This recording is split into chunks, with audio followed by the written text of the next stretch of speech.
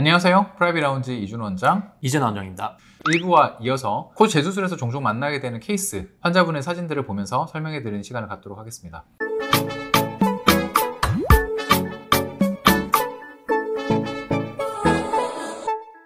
보형물이 비치는 경우입니다. 보형물이 비치는 것도 있지만 코끝에서 저희가 만들어 놓은 연골들이 비쳐 보이는 경우들도 포함되는 경우라고 할 수 있겠습니다. 저희가 엔벨롭이라 표현하는 덮고 있는 피부가 너무 얇고 거기에 비해서 높이를 저희가 많이 높였을 때 그 높이감을 피부가 이겨내지 못하고 비쳐 보이거나 너무 얇게 보이는 느낌인 거죠. 물론 이제 피부의 두께도 중요하지만 보형물은 이제 코뼈 위에 올려놓죠. 코뼈의 이제 크기에 맞는 이제 보형물을 선택을 해야 되는데 간혹 이제 코뼈의 크기가 좀 좁거나 그러신 분들을 보형물을 좀 크게 넓게 됐을 경우는 밑바닥에 이제 보형물이 밀착하지 못하다 보니 붕 떠서 보형물의 밑바닥 경계가 보이는 경우도 있습니다. 그런 경우 저희가 흔히 분필코라고 하죠. 그렇죠. 첫 번째 케이스입니다. 보형물이 너무 확연하게 컨투어가 드러나고 있고 특히 코끝 정면 그리고 측면에서 보시면 너무 뾰족하고 누가 봐도 찔 것 같은 느낌의 뾰족한 느낌의 코끝을 이루고 있죠. 이런 경우 저희가 박리도 좀 넓게 하고 보형물을 바꿔주면서 수술 후를 보시면 전체적으로 보형물에 드러나는 느낌이 좀 더 많이 완화되었고 코끝이 많이 부드러워지고 전체적으로 둥글게 잘 커버된 걸 아실 수 있습니다.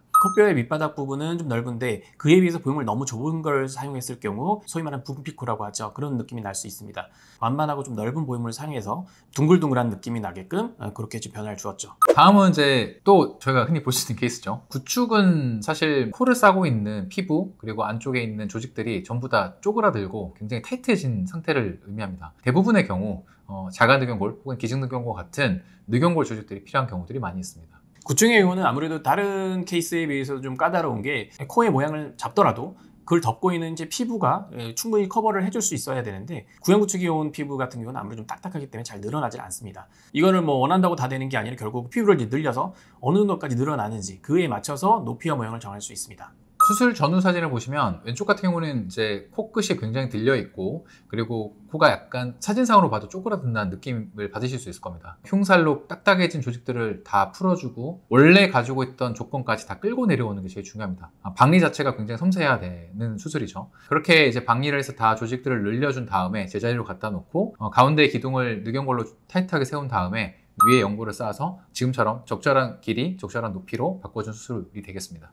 다음 케이스는 복코 케이스입니다. 그러니까 복코이신 분들이 꽤 많죠. 복코 개선을 하기 위해서는 결국 이 두꺼운 피부를 얇게 해주는 게 필요하는데 결국 안쪽에서 이렇게 뭐 파내듯이 좀 연부 조직을 좀 뜯어내가지고 얇게 해줄 수는 있습니다. 근데 이게 아무래도 너무 무리를 하게 되면은 좀 울퉁불퉁해지거나 아니면 뭐 심한 경우는 구멍이 뚫리거나 혈액순환 조치가 않아서 괴사가 되는 그런 문제들이 생길 수가 있죠. 복코 문제만큼은 너무 이제 무리를 하거나 이제 욕심을 부릴 수 있는 건 아니긴 합니다. 자, 요 코가 전형적인 복코 스타일이죠. 전체적으로 정면에서 봤을 때 이제 넓고 뭉툭하고 콧대, 코끝에 이제 라인이 좀 설지가 않죠.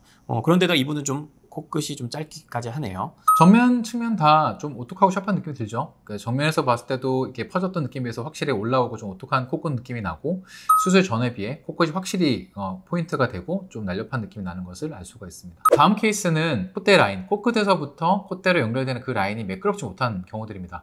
남자분인데 수술 전을 보시면 역시나 그 콧대 라인이 매끄럽지 못하고 전체적으로 코끝도 낮고 짧고 그리고 콧대 자체도 높이가 낮은 것을 알 수 있습니다.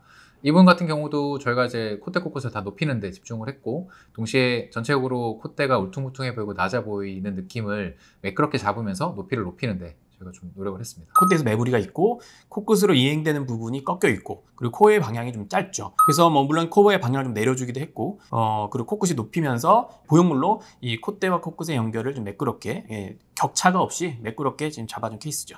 다음은 저희가 또 흔하게 보는 케이스입니다. 콧대가 정면, 측면에서 좀 휘어 보이는 느낌. 그러니까 물론 휘어 보이는 느낌은 측면보다는 정면에서의 굉장한 중요한 요소이긴 합니다. 1차적으로는 보형물이 휘어 있는 경우를 저희가 얘기할 수도 있겠고 2차적으로는 들어서 봤을 때 코의 비주, 코끝 자체가 좌나 우로 넘어가 있는 케이스들을 언급할 수 있겠습니다. 첫 번째 케이스 보시면 보형물이 환자분의 오른쪽 방향으로 좀 넘어가 있고 특히 미간 쪽에서 동시에 코끝 자체도 오른쪽 방향으로 좀 따라서 넘어가 있는 느낌이 있는 것을 알 수 있습니다.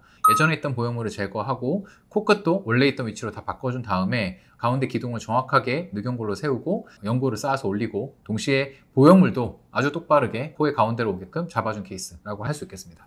다음 케이스 보시면 이분은 특히나 콧대보다는 코끝이 많이 넘어간 케이스죠. 코 아래쪽에 코끝을 자세히 보시면 날개 연골 자체가 환자분의 오른쪽으로 굉장히 넘어가서 전체적으로 찌그러져 있는 듯한 느낌을 주는 것을 알 수 있습니다. 코가 물론 휘었을 수도 있지만 휘어 보이는 것도 있을 수 있습니다. 그게 이제 수술의 문제 이런 것보다는 누구나 다 양쪽 얼굴의 대칭이 아니죠. 특히 이제 코끝 날개 연골의 위치 높낮이가 좀 다른 경우가 있는데 한쪽으로 좀 치우쳐져 보여서 휘어 보이는 건 있는데 이거는 이제 코의 수술로 인해서 휘었다기보다는 양쪽 안면 비대칭 높낮이가 틀림으로 인해서 코 한쪽으로 쏠려 보이는 게 있을 수 있습니다. 정도의 차이는 있지만 누구나 다 한쪽으로 좀 쏠려 보이는 게 있죠. 이런 경우는 뭐 수술로 교정할 수 있는 부분이 아니라고 말씀드립니다. 그래서 이분 같은 경우도 저희가 수술할 때 가운데 이제 넘어가 있는 비주 부분을 정확하게 이제 늑연골로 세우고 기둥을 확실하게 세운 다음에 그 날개 연골을 그 기둥에 묶어서 전체로 틀어진 느낌을 잡아주었고 동시에 코끝 위쪽에 연골을 좀 더 쌓아서 측면뷰와 같이 떨어져 있고 뭔가 뭉툭한 코끝을 좀 더 샤프하게 빼고 거기에 맞춰서 저희가 실리콘을 체인지한 케이스라고 할 수 있겠습니다.